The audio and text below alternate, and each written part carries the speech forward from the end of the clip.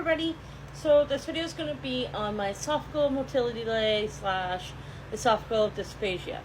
I hope I'm saying that right. I think that's what the doctor called it. I don't know. Basically what that is it typically results from a motility disorder or physical obstruction that prevents food and drink from passing easily through the esophagus. And so for me, it is a motility delay. How it's diagnosed is they stuck this weird looking tube up my nose, down my throat, into my stomach, and it had pressure sensors on it. And I had to eat little pieces of bread and swallow some water. And as I was doing so, they were measuring the pressure. And so I have a delay in swallowing.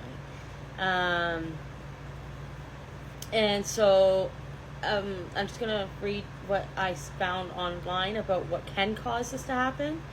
So a narrowing of the esophagus, gastro reflux disease or acid reflux, GERD, which, as I've explained in one of my other videos, I do have, so I guess that makes sense.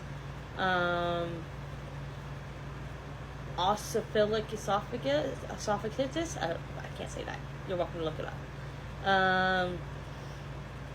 There's a few other things too. I'm not going to list them all after all because they're not related to me.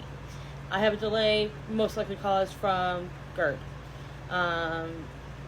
They say it can also be because of my motility issues with my stomach. It can also cause motility delays in the throat.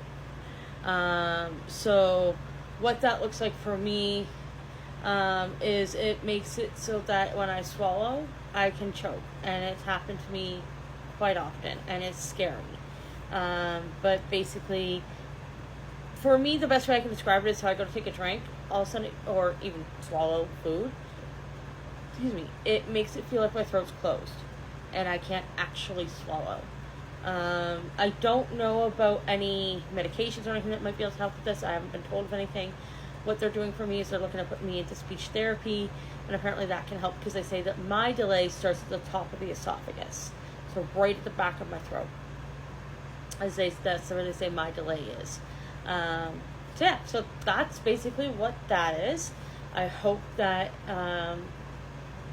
answers any questions you have about that. But if you have more questions, feel free to ask, and I'll try to answer.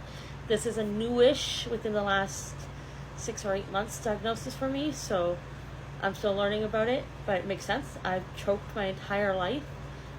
It's nothing new for me, so I didn't know it could be an actual condition.